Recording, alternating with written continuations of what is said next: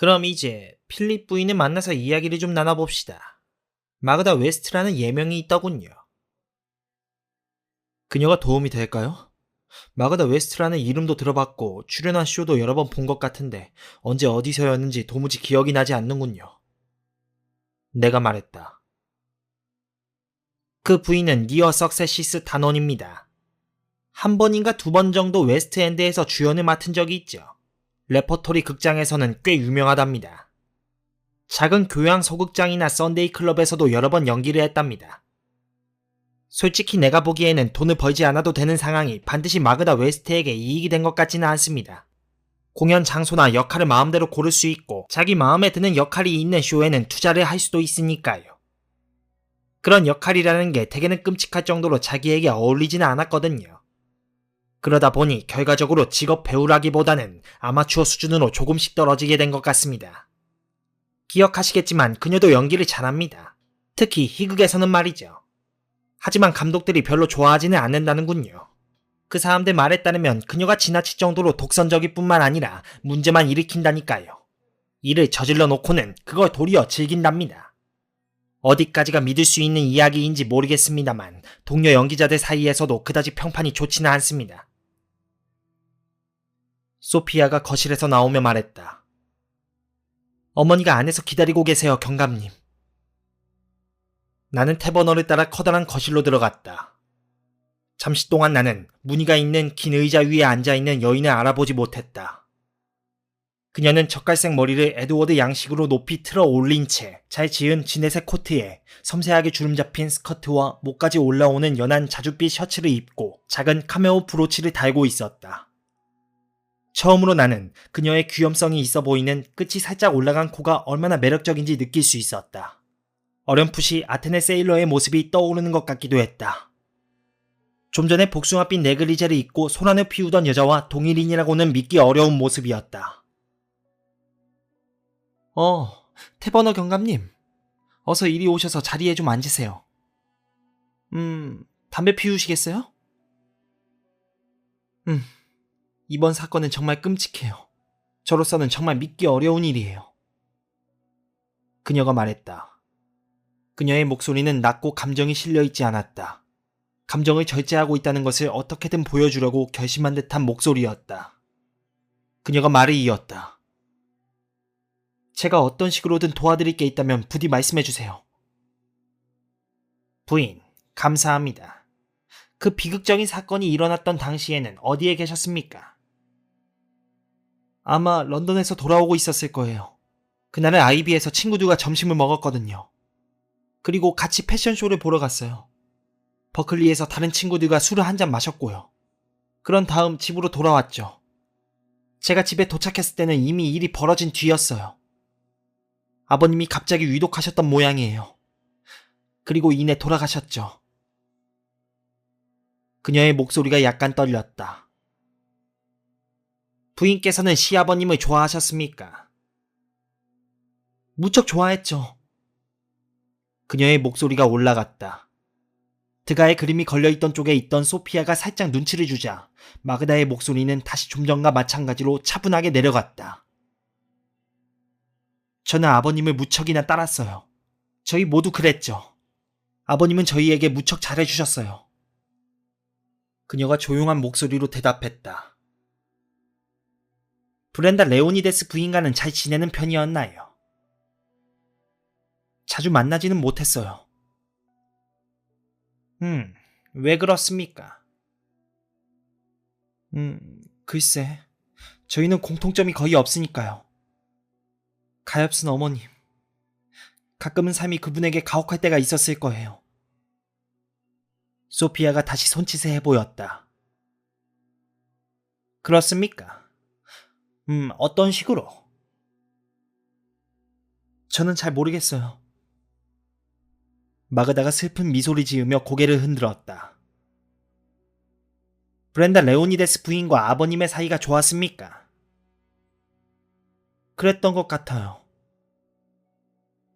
싸우지는 않았나요? 그녀는 다시 희미한 미소를 지으며 고개를 저었다. 사실 모르겠어요, 경감님. 두 분의 거처는 이곳에서 상당히 떨어진 곳에 있으니까요. 브렌다 레오니데스 부인과 로렌스 브라운 씨가 가까운 사이였다던데요. 마그다 레오니데스의 태도가 굳어졌다. 그녀는 태버너를 비난하듯 눈동자를 크게 떴다. 제게 그런 질문을 하지 말아주세요. 어머님은 모든 사람들과 사이좋게 지냈어요. 아주 상냥한 성격을 가진 사람이었으니까요. 그녀는 위엄있게 말했다. 로렌스 브라운 씨는 좋아하십니까? 그 사람은 아주 조용한 사람이죠. 좋은 사람이기는 하지만 존재감이 크게 느껴지는 사람은 아니에요. 저는 그 사람을 거의 만나지 못했어요. 그 사람이 아이들을 가르치는 방식은 마음에 드십니까? 그런 것 같아요. 사실 저는 잘 몰라요. 남편은 만족하는 것 같았어요. 태버너는 약간의 충격 요법을 시도해보기로 했다. 이런 질문을 드려서 죄송합니다만 브라운 씨와 브렌다 레오니데스 부인 사이에 어떤 연애 감정 같은 것이 있다고 보십니까? 마그다는 자리에서 일어섰다. 그녀의 모습은 정말 귀부인 같았다. 저는 그런 생각이 들 만한 어떤 장면도 본 적이 없습니다. 경감님, 더 이상 그런 질문은 삼가해주세요. 브렌다 레오니데스는 제 아버님의 아내입니다. 나는 하마터면 박수를 칠 뻔했다. 경감 역시 자리에서 일어났다. 하인들에게 질문을 해도 되겠습니까? 마그다는 대답하지 않았다. 감사합니다, 부인. 경감은 인사를 하고 밖으로 나갔다. 정말 잘하셨어요, 어머니. 소피아가 마그다에게 따뜻한 목소리로 말했다.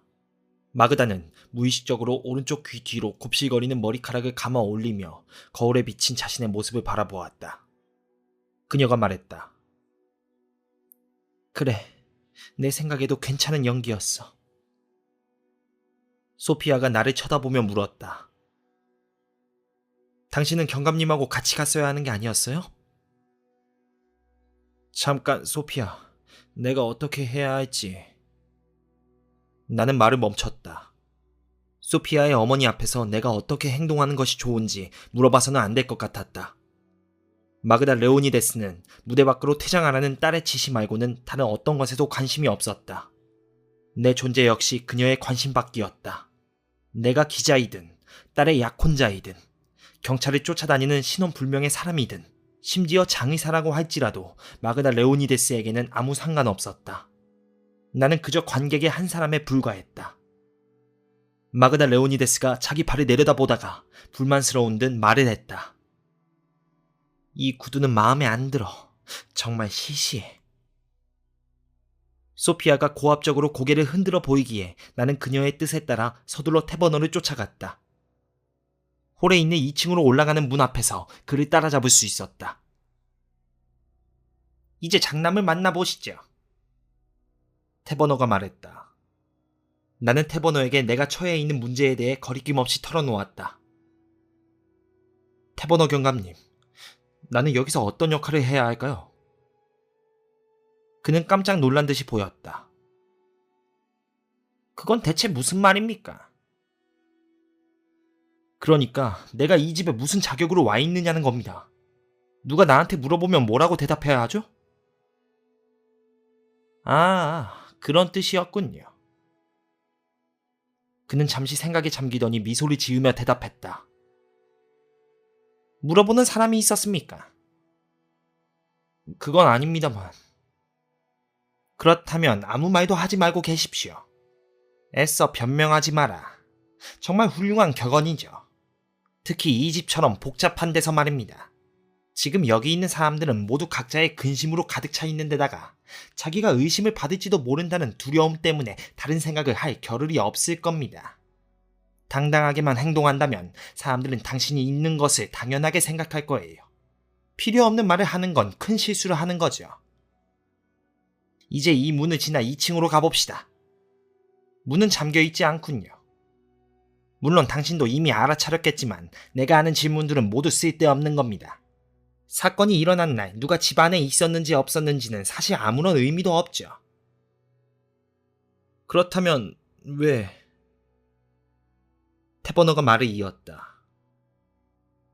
왜냐하면 적어도 그런 질문들을 통해 그 사람들을 살펴보고 평가를 내릴 기회를 가질 수 있기 때문입니다. 또 그 사람들이 하는 이야기를 듣다가 우연찮게 쓸 만한 단서를 얻을지도 모르니까요. 그는 잠시 말을 멈추었다가 중얼거리듯이 말했다. 마그나 레오니데스는 마음만 먹으면 무슨 이야기든지 다 할 여자인데. 그녀의 말을 믿을 수 있을까요? 아니죠. 믿을 만한 말은 아닐 겁니다. 하지만 사건의 실마리를 풀어줄지도 모릅니다. 이 저주받은 집에 살고 있는 사람들은 모두 이번 사건을 저지를 수 있는 방법과 기회가 있었어요. 내가 알고 싶은 건 살인 동기입니다. 계단 끝에 다다라보니 복도 오른쪽에 있는 방은 문이 잠겨있지 않았다. 문에는 노쇠로 된 문 두드리는 고리가 달려 있었다. 태버너 경감이 살짝 고리를 두드렸다. 그러자 깜짝 놀랄 정도로 갑자기 문이 열리더니 한 남자가 서 있었다. 그는 좀 심하다 싶을 정도로 큰 몸집에 힘께나 쓸 것 같은 어깨, 헝클어진 머리카락, 그리고 엄청나게 못생겼음에도 어딘지 모르게 유쾌해 보이는 얼굴을 가진 남자였다. 그 사람은 우리를 보자 정직하지만 수줍음을 많이 탄 사람들이 흔히 그렇듯이 당황해하면서 재빨리 시선을 돌렸다. 그러니까 들어오십시오. 예, 어서요. 막 나갈 참이긴 했지만 신경 쓰실 건 없습니다.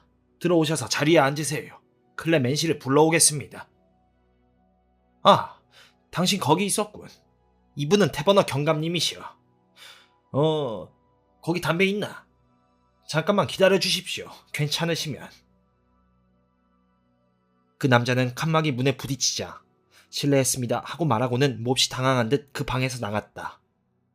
그러자 땅벌이 빠져나가기라도 한 것처럼 방 안에는 이상한 적막감이 흘렀다. 로저 레오니데스 부인은 창문 옆에 서 있었다. 나는 그 순간 우리가 서 있는 그 방의 분위기와 그녀의 독특한 인상에 바로 호기심이 생겼다.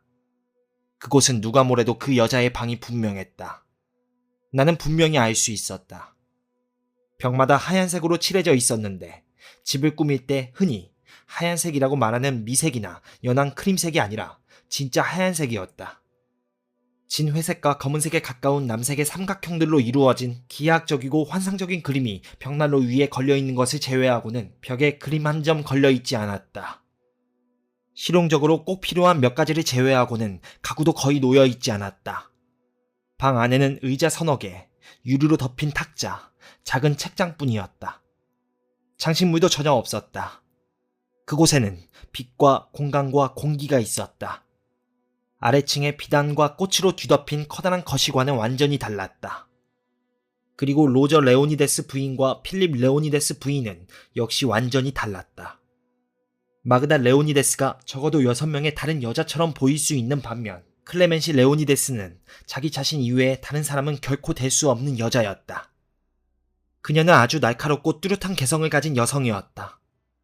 클레멘시는 50대로 보였는데 은빛으로 물들기 시작한 머리카락은 아주 짧게 잘라 옅은 사립학교 학생처럼 보일 정도였지만 작고 보기 좋은 머리 위에 자라나고 있는 머리카락은 정말 아름다웠다. 내가 언제나 짧게 자른 머리에서 연상하곤 했던 보기 흉한 모습은 전혀 찾아볼 수 없었다. 그녀는 지적이고 예민해 보이는 얼굴이었고 옅은 회색 눈동자는 무언가를 찾는 듯 이상할 정도로 강렬하게 빛나고 있었다. 그녀는 단순한 모양의 짙은 붉은색 모직 드레스를 입고 있었다. 호리호리한 몸에 잘 어울리는 옷이었다. 나는 그녀를 보자마자 보통 여자가 아니라는 것을 느낄 수 있었다. 그녀는 분명히 다른 평범한 여자들과는 다르게 살아왔을 것이라는 생각이 들었다. 소피아가 이야기했던 큰어머니의 무자비함을 금세 이해할 수 있었다. 방 안이 추워서 나는 살짝 몸을 떨었다. 클레멘시 레오니데스가 조용하면서 몹시 예의 바른 목소리로 말했다. 이리 앉으세요, 경감님. 새로운 소식이라도 있나요? 사인이 에세린인 것으로 밝혀졌습니다, 부인. 그녀는 신중하게 말했다. 그렇다면 살인이 분명하군요. 사고라면 그럴 수는 없을 테니까요. 그렇죠. 그렇습니다, 부인.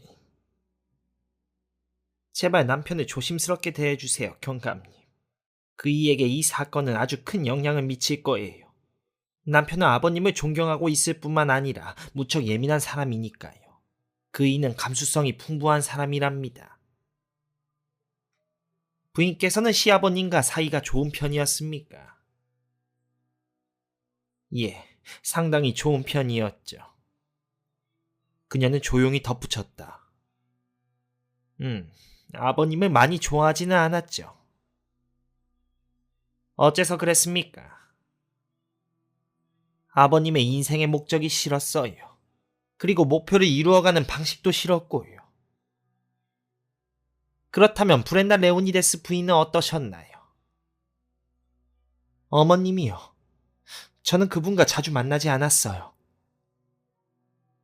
브렌다 부인과 로렌스 브라운 씨 사이에서 무슨 일이 있을 수도 있다고 생각하십니까?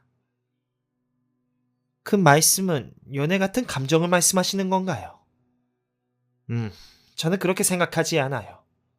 하지만 정말로 무슨 일이 있었는지는 솔직히 저는 모르겠어요.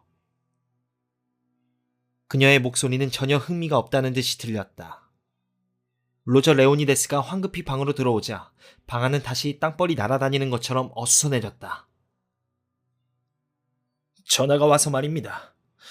경감님, 무슨 일이십니까? 새로운 소식이라도 있나요? 아버지는 무엇 때문에 돌아가신 겁니까? 에세린 중독이 원인이었습니다.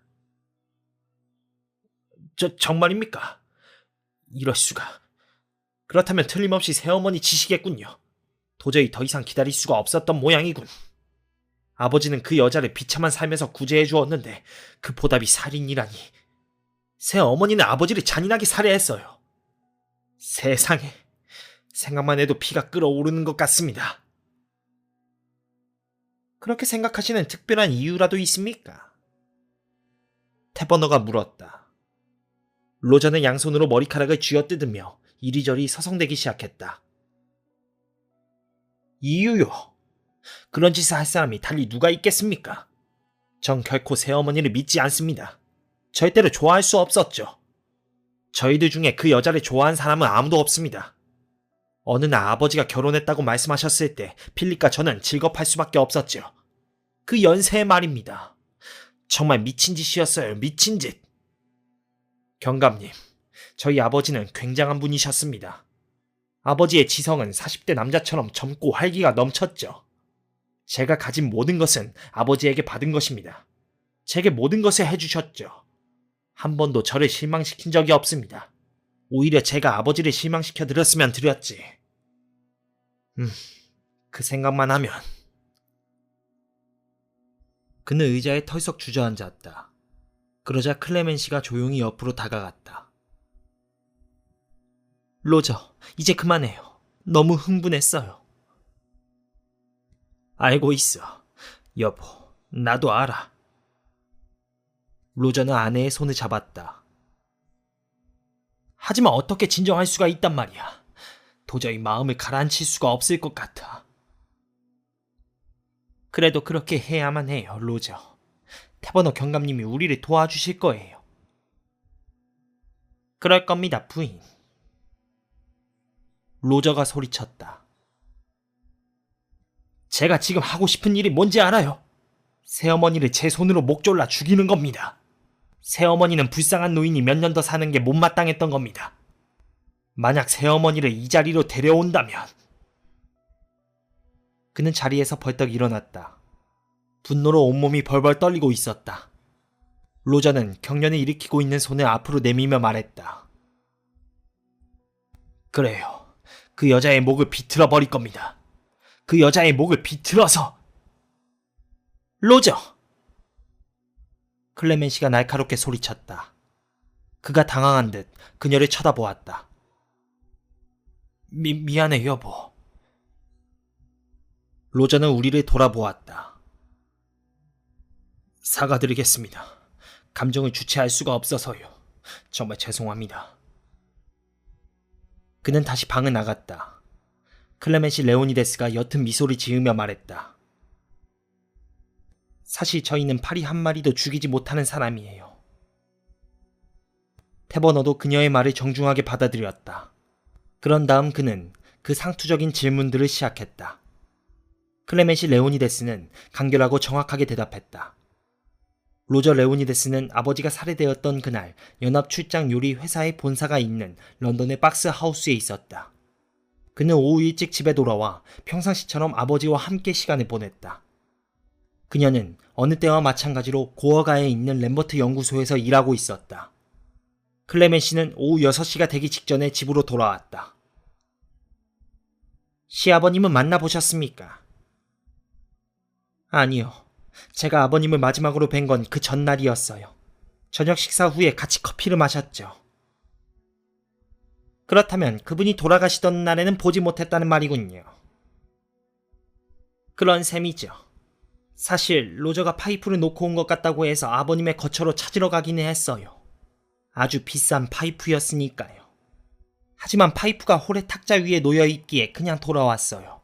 아버님을 방해하고 싶지 않았으니까요. 보통 6시쯤 되면 깜빡 조시곤 했거든요.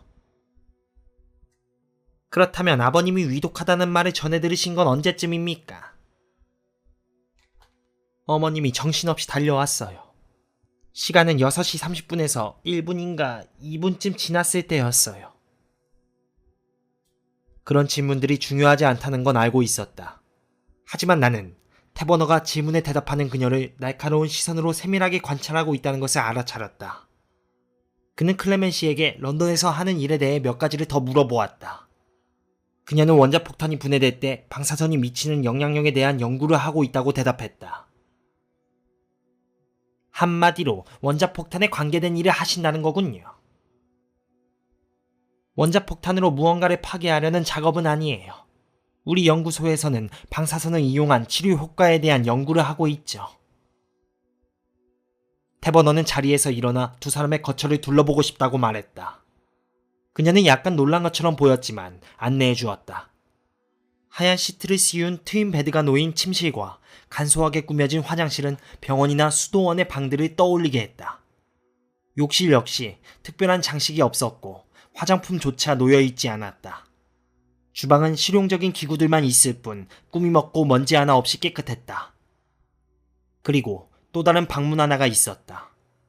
클레멘시는 그 문을 열어 보이며 우리에게 말했다. 제 남편이 쓰고 있는 특별한 방이에요. 들어오십시오. 들어오세요. 로저가 말했다. 나는 가볍게 안도의 한숨을 내쉬었다. 간소하게 먼지 하나 없이 정돈된 공간들에 지쳐 있었기 때문이다. 이 방은 강한 인상을 주는 개인적인 공간이었다. 커다란 뚜껑이 달린 책상이 놓여 있었고 그 위에는 서류들과 낡은 파이프들, 담뱃재가 잔뜩 어질러져 있었다. 또 낡고 커다란 안락 의자들도 있었다. 바닥에는 페르시아 양탄자가 깔려 있었다. 벽에는 색이 바랜 단체 사진들이 걸려 있었다.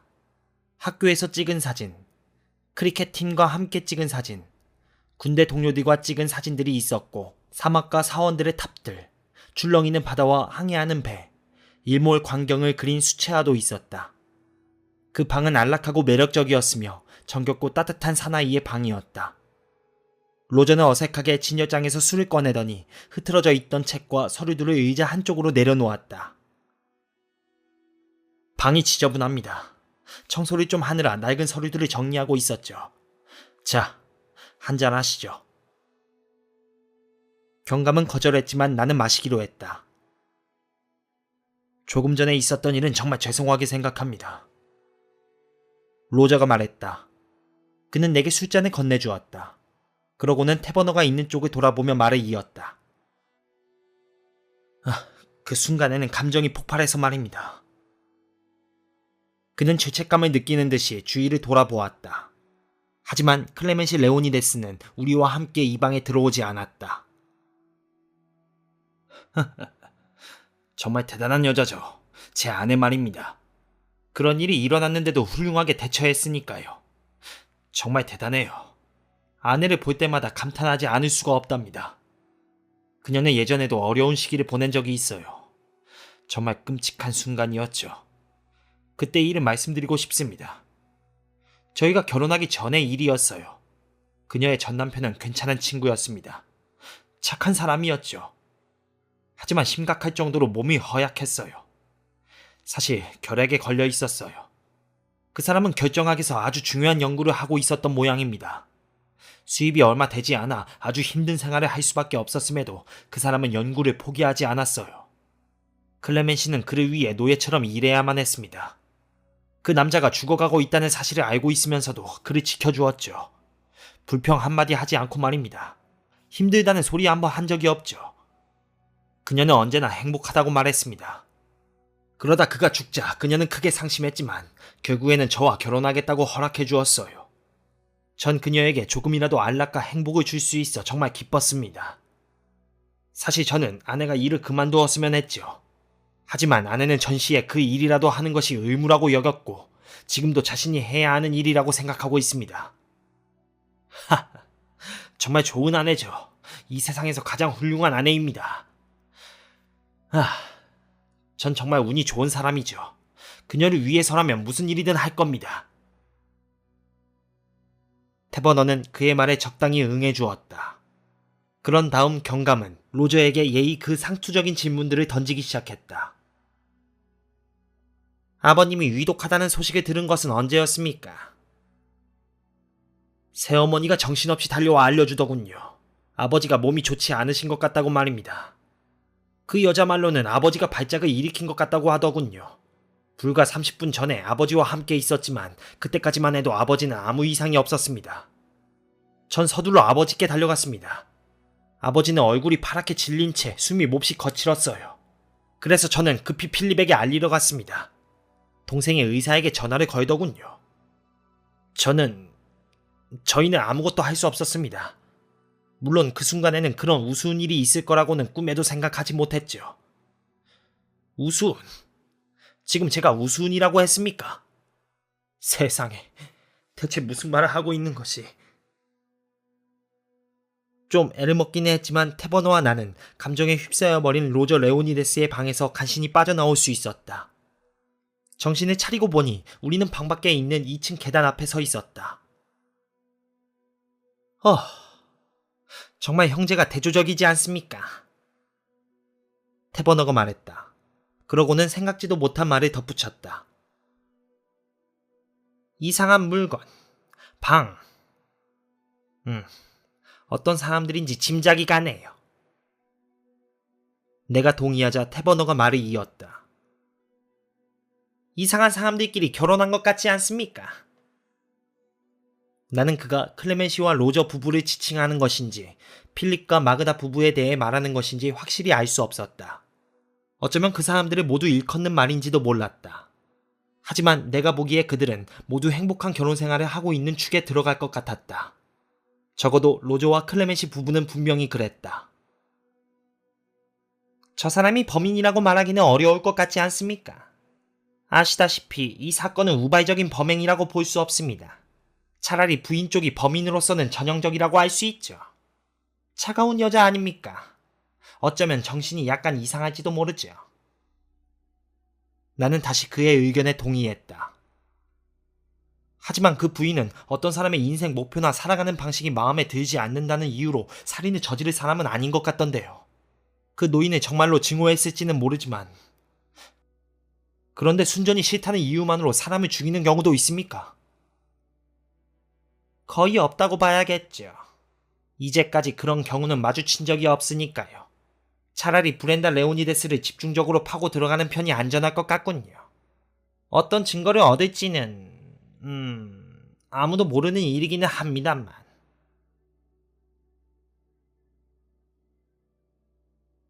하녀가 우리에게 반대편 문을 열어주었다. 하녀는 겁에 질린 듯 보였지만 막상 태버너를 보자 조금은 얕보는 듯 했다. 마님을 만나러 오셨나요? 네, 그렇습니다. 하녀는 우리를 커다란 거실로 안내하고 밖으로 나가버렸다. 그곳은 아래층에 있는 거실과 같은 크기인 것 같았다. 화사한 크레톤 사라사로 만든 휘장에 줄무늬 비단으로 된 커튼이 걸려 있었다. 나는 벽난로 위에 걸려있는 초상화에 시선을 고정하였다. 그림을 그린 거장의 솜씨도 솜씨였지만 그려진 대상의 얼굴 때문이라도 눈을 뗄 수가 없었다. 날카로운 검은색 눈동자를 가진 키가 작은 노인의 초상화였다. 머리에 검은 벨벳으로 만든 작고 테두리 없는 모자를 쓴 채 고개를 어깨 쪽으로 떨구고 있는 모습이었지만 그 남자의 생명력과 힘이 캔버스 밖으로 뿜어져 나오는 것 같았다. 마치 그의 빛나는 눈동자가 내 눈을 들여다보고 있는 것만 같았다. 저 사람입니다. 어거스트 존의 작품이죠. 정말 개성이 넘치는 인물 아닙니까? 태버너 경감이 느닷없이 말했다. 그렇군요. 나는 대답했다. 하지만 한마디로 단정 짓기에는 충분하지 않다는 느낌을 받았다. 그제야 나는 에디스트 헤빌런드가 그가 없어서 집이 텅 빈 것만 같다고 한 말을 이해할 수 있었다. 그는 삐뚤어진 작은 집을 지은 최초의 삐뚤어진 작은 남자였다. 그가 죽음으로써 이 삐뚤어진 작은 집은 본래의 의미를 잃어버리게 된 것이다. 저쪽에 걸려있는 것은 레오니데스의 전처입니다. 사전트가 그렸습니다. 나는 창문 사이 벽에 걸려있는 그림을 자세히 살펴보았다. 사전트가 그린 다른 많은 초상화들과 마찬가지로 그 그림에도 무자비함이 확실하게 엿보이는 듯했다. 얼굴의 길이를 지나치게 과장되게 그려서 말이 연상될 정도였다. 누가 봐도 그렇게 느낄 것 같았다. 그 그림은 전형적인 영국의 세련되지 못한 시골 부인의 초상화였다. 당당하게 보이기는 했지만 생기라고는 전혀 찾아볼 수 없는 모습이었다. 벽난로 위에서 싱긋 웃는 얼굴로 걸려있는 힘이 넘치는 작은 독재자의 아내다운 얼굴은 아니었다. 그때 문이 열리고 램 경사가 안으로 들어왔다. 하인들이 신문에 보았습니다만 단서가 될 만한 내용은 없었습니다. 그가 말했다. 태버너가 한숨을 쉬었다. 램 경사는 수첩을 꺼내더니 방 한구석으로 물러가 조심스럽게 자리를 잡았다. 다시 문이 열리고 에리스티드 레오니데스의 둘째 아내가 방으로 들어왔다. 그녀는 검은색 옷을 입고 있었다. 상당히 값비싸 보이는 옷으로 목에서부터 손목까지 감싸는 모양이었다. 그녀의 동작은 느릿느릿 편안해 보였고 검은색 옷이 썩 잘 어울렸다. 브렌다 레오니데스의 얼굴은 부드러우면서도 예쁘게 생긴 편이었고 보기 좋게 정돈된 갈색 머리는 아주 정성껏 손질한 듯했다. 그녀는 얼굴에 곱게 분을 바르고 입술에 연지까지 칠하고 있었지만 조금 전까지 울고 있었음이 분명해 보였다. 브렌다는 알이 큰 진주 목걸이를 두른 채 한 손에는 커다란 에메랄드 반지를, 다른 손에는 엄청난 크기의 루비 반지를 끼고 있었다. 나는 그녀에 대해서 한 가지 사실을 더 알아차릴 수 있었다. 지금 그녀는 겁에 질려 있는 것처럼 보였다. 안녕하십니까 부인. 자꾸 귀찮게 해서 죄송하게 생각합니다. 태버너가 편안하게 말했다. 그녀가 단조로운 목소리로 말했다. 어쩔 수 없는 일이니까요. 부인, 만일 지금 이 자리에 변호사를 부르고 싶으시다면 그렇게 하셔도 좋습니다. 나는 그녀가 이 말의 의미를 제대로 이해하고 있을지 궁금했다. 전혀 알아차리지 못한 게 분명했다. 그녀는 셀쭉한 목소리로 이렇게 대답했다. 난 게이츠키 씨를 별로 좋아하지 않아요. 부를 필요 없어요. 그렇다면 부인의 일을 맡아줄 다른 변호사를 부르셔도 상관없습니다. 꼭 그래야만 하나요? 난 변호사들을 좋아하지 않아요. 그 사람들은 자꾸 내 머리만 복잡하게 만드니까요. 전적으로 부인의 뜻에 달린 일입니다. 태버너가 의례적인 미소를 지으며 말했다. 그럼 이대로 시작할까요? 램 경사가 연필에 침을 묻혔다. 브렌다 레오니데스는 태버너의 맞은편에 있는 소파에 앉았다. 새로 알아낸 사실이 있나요? 그녀가 물었다. 나는 그녀가 신경질적으로 드레스 장식의 주름을 손가락으로 비틀었다 놨다 하는 것을 알아차렸다. 남편분이 에세린 중독으로 돌아가신 것으로 밝혀졌습니다. 그이가 안약 때문에 죽었다는 말인가요? 부인께서 레오니데스 씨에게 마지막으로 인슐린 주사를 놓았을 때 그렇게 된 것이 거의 확실합니다. 부인이 놓은 주사약이 인슐린이 아니라 에세린이었던 거죠. 하지만 난 그 사실을 전혀 몰랐어요. 아무 짓도 안 했어요. 정말 내가 한 일이 아니에요, 경감님. 누군가 의도적으로 인슐린을 안약으로 바꿔놓은 것이 분명합니다. 어떻게 그런 끔찍한 짓을... 정말 그렇습니다, 부인. 그렇다면 경감님은 누군가 고의로 그런 짓을 했다고 생각하시는 건가요? 아니면 우연한 사고로 그렇게 된 건가요? 도저히 그냥 누군가가 장난쳤다고 볼 수는 없겠죠. 그렇죠. 태버너는 부드럽게 대답했다. 우리는 이 사건을 장난이라고 생각하지 않습니다, 부인. 틀림없이 하인들 중에 한 명이 저지른 짓일 거예요. 태버너는 아무 말도 하지 않았다. 틀림없어요. 누가 그랬는지 보지는 못했지만. 확신하십니까? 잘 생각해 보십시오, 부인. 전혀 다른 생각은 떠오르지 않나요? 서로 감정이 좋지 않았던 사람은 없었습니까? 싸우거나 원한을 가질 만한 사람은 없었나요? 그녀는 커다랗고 도전적인 눈으로 경감을 가만히 쳐다보았다. 그런 건 잘 모르겠어요. 그녀가 말했다. 사건이 일어났던 날 오후에 부인께서는 극장에 갔다 오셨다고 하셨죠? 예. 집에는 6시 30분이 좀 지나서 도착했을 거예요. 인슐린 주사를 놓는 시간이니까요. 나는 평소와 다름없이 남편에게 주사를 놓아주었어요. 그러자 남편이 갑자기 이상해지더라고요. 너무 무서웠어요. 서둘러 로저에게 달려갔죠. 그리고 일이 생겼다고 말했어요. 지난번에 다 말씀드렸는데 또다시 이야기해야 하나요? 그녀의 목소리가 신경질적으로 높아졌다. 정말 죄송합니다, 부인. 이제 브라운 씨와 이야기를 좀 나눠도 될까요? 로렌스 말씀이신가요? 어째서요? 그 사람은 이 일에 대해서는 아무것도 모르는데요. 그렇더라도 그분과 이야기를 좀 나누고 싶습니다. 그녀는 의심스럽다는 듯 태버너를 쳐다보았다. 공부방에서 유스터스와 라틴어 공부를 하고 있을 거예요. 이리 불러드릴까요? 아닙니다. 우리가 그쪽으로 가지요. 태버너는 재빨리 방 밖으로 나갔다. 경사와 내가 그 뒤를 따랐다. 경감님이 그 여자를 깜짝 놀라게 하신 것 같습니다. 램 경사가 말했다. 태버너가 투덜거렸다. 그는 앞장서서 성큼성큼 계단을 올라가 정원이 내려다 보이는 큰 방으로 들어갔다. 30살쯤 되어 보이는 금발의 젊은이와 16살가량의 잘생긴 검은 머리 소년이 책상 앞에 앉아 있었다. 우리가 들어서자 두 사람은 우리를 돌아보았다.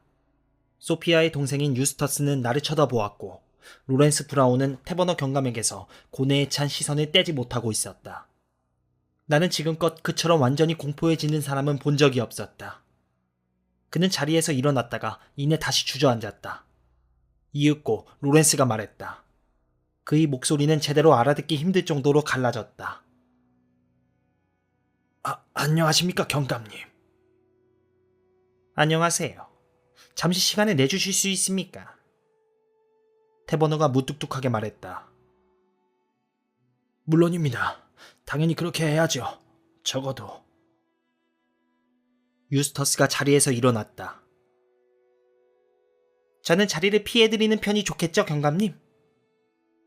그의 목소리에서는 어렴풋이 오만과 쾌활함이 느껴졌다. 우리 공부는 조금 있다가 계속하자꾸나. 로렌스가 말했다. 유스터스는 관심 없다는 듯 유유자적한 모습을 보이며 문 쪽으로 걸어갔다. 아이의 걷는 모습이 어딘가 뻣뻣해 보였다. 유스터스는 문을 열고 나가면서 나와 시선이 마주치자 집게 손가락으로 자기 목을 긋는 신용을 하고는 싱긋 웃어 보였다. 그러고는 소리나게 문을 닫고 밖으로 나갔다. 자, 브라운 씨. 검시 결과가 확실하게 나왔습니다. 레오니데스 씨의 죽음은 에세린 중독이 원인이었습니다. 태버너가 말했다. 그럼 레오니데스 씨가 정말로 독살당하신 겁니까? 전 사실이 아니기를 바랬는데. 그분은 독살당했습니다. 누군가 인슐린을 에세린 안약으로 바꿔놓은 겁니다. 태버너가 무뚝뚝하게 말했다. 믿을 수 없는 일입니다. 도저히 있을 수 없는 일이에요. 그분을 살해할 만한 동기를 가진 사람이 누구라고 생각하십니까? 없습니다. 그럴 사람은 아무도 없어요. 그 젊은 남자의 목소리는 흥분했는지 높이 올라갔다. 이 자리에 변호사를 부르지 않아도 괜찮겠습니까? 태버너가 물었다. 변호사는 필요 없습니다. 아무도 필요 없어요. 저는 숨기는 것이 없으니까요. 아무것도. 이 자리에서 당신이 하는 말은 전부 기록되고 있다는 것을 알고 계시겠죠? 저는 죄가 없습니다. 분명히 말씀드리지만 저는 결백합니다. 나는 아직 아무 말도 하지 않았습니다. 태버너는 잠시 말을 멈췄다. 브렌다 레오니데스 부인은 남편과 나이 차이가 많이 나더군요. 그렇지 않습니까? 저도 그런 것 같습니다. 그러니까 제 말은 그렇게 생각한다는 겁니다. 가끔씩 부인이 외로움을 느끼는 것 같지 않습니까? 로렌스 브라운은 대답하지 않았다. 그는 마른 입술에 침을 적셨다. 자기 나이와 비슷한 친구가 있다면 어느 정도 지내기가 좋았을 것 같지 않습니까? 저는... 아니요, 전혀 아닙니다. 그러니까 제 말은 모르겠다는 겁니다. 당신과 그녀 사이에 애정이 싹트는 것은 아주 자연스러운 일인 것 같습니다만. 로렌스는 격렬하게 항의했다. 그렇지 않습니다. 절대 아닙니다. 그런 일은 없었어요, 경감님. 경감님이 무슨 생각을 하고 계신지 짐작이 갑니다. 하지만 절대로 그렇지 않습니다.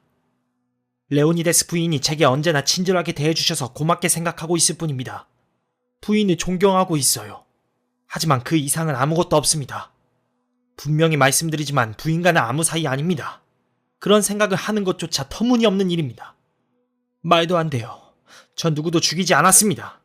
약병을 만진 적도 없고 그 비슷한 일도 한 적이 없습니다. 저는 아주 예민하고 신경질적인 사람입니다. 사람을 죽인다는 건 생각만 해도 제게 악몽입니다. 병역면제 심사국에서도 그런 점을 이해해 주었어요. 저는 종교적인 이유에서도 살인을 반대합니다. 그 대신 병원에서 일을 했죠. 화부로 일했습니다. 정말 끔찍하게 힘든 일이었죠. 도저히 견딜 수가 없었습니다. 그러자 아이들을 가르치는 일을 하라고 하더군요. 저는 최선을 다해 유스터스와 조세핀을 가르쳤습니다. 아주 똑똑한 아이들이지만 그만큼 다루기가 힘들었죠. 이 집 사람들은 대부분 제게 친절하게 대해주셨습니다. 레오니데스 씨와 레오니데스 부인은 물론 드 헤빌런드 양까지 말입니다. 그런데 지금 이렇게 끔찍한 일이 일어났습니다. 그리고 경감님은 저를 의심하고 계시죠. 저를 살인자라고 말입니다. 태버너 경감은 관심을 가지고 천천히 그를 살펴보고 있었다. 난 그렇게 말한 적이 없습니다. 경감이 지적했다. 하지만 그렇게 생각하고 있지 않습니까? 저는 경감님이 그런 생각을 하고 있다는 거 잘 알고 있습니다. 사람들이 모두 그렇게 생각해요. 모두들 저를 쳐다봅니다. 저는 더 이상 말하고 싶지 않습니다. 기분이 안 좋아요. 그는 황급히 방을 나가버렸다. 태버너는 천천히 내 쪽으로 고개를 돌렸다. 그래, 저 사람에 대해 어떻게 생각하십니까? 겁에 잔뜩 질려 굳어있는 것처럼 보였습니다. 정말 그렇더군요. 과연 저자가 살인을 했을까요? 만약 저한테 물어보신다면 저 사람은 사람을 죽일 만한 용기는 도저히 없는 자로 보인다고 대답하겠습니다. 램 경사가 말했다. 경감도 그 점에 대해 동의했다. 분명히 다른 사람의 머리를 내리친다거나 사람을 향해 총을 쏘는 일 같은 건 못할 친구이기는 해. 하지만 이번 사건은 예외로 봐야지. 대체 범인이 한 일이 뭔가? 그저 두 약병의 내용물을 바꾼 것뿐이니 노인이 이 세상을 비교적 편안하게 떠날 수 있게 도와준 셈 아닌가? 아무런 고통 없이 말이지. 사실 안락사나 마찬가지였죠. 경사가 말했다. 그런 다음 적당히 시간이 흐른 뒤에 상속세 한 푼 내지 않은 10만 파운드의 돈을 받고 이미 그 전에 그에 못지않은 재산을 챙긴 달걀만한 크기의 진주와 루비와 에메랄드를 가지고 있는 여자와 결혼한다는 계산이었겠지. 정말 이건. 태버너가 한숨을 내쉬고는 말을 이었다. 모두 이론이고 추측일 뿐이야. 그 친구에게 잔뜩 겁을 주기는 했지만 밝혀진 사실은 하나도 없으니까. 그 남자가 아무리 죄가 없더라도 그렇게 겁에 질릴 수는 있지. 어쨌든 그자가 실제로 그런 범행을 저질렀을 것 같지는 않아. 여자 쪽이 도리어 의심스럽지. 그런데 그 여자는 왜 인슐린병을 버리거나 씻어버리지 않은 걸까? 그는 경사를 돌아보았다. 하인들한테서 증거가 될 만한 건 찾지 못했나? 하녀 말로는 두 사람 사이가 아주 각별했답니다. 그렇게 말할 수 있는 근거는? 부인이 로렌스에게 커피를 따라줄 때 그가 부인을 바라보는 눈빛이 그랬답니다. 그런 얘기가 법정에서 통한다고 생각하나? 좀 더 확실한 사실은 없나? 눈에 띌 만한 그런 일은 없었답니다. 그런 게 있었다면 하인들은 틀림없이 알아차렸을 거야. 두 사람 사이에 아무 일도 없었다는 말이 사실처럼 느껴지는군. 태버너가 나를 쳐다보았다. 가서 그 여자와 대화를 좀 해보십시오. 그 여자에 대한 당신의 인상을 들어보고 싶습니다. 나는 별로 내키지 않는 듯 걸음을 옮겼다. 하지만 내심 무척 흥미로웠다.